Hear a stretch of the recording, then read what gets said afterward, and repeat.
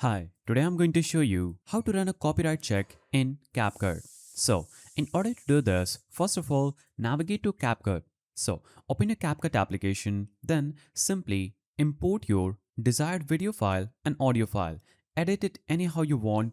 After finishing your editing, what you'll have to simply do is just click on the export icon at the top right. Now, you'll have to name it export to a location, but in order to do a copyright check, just scroll down at this bar and check this button that says check copyright and it will start processing.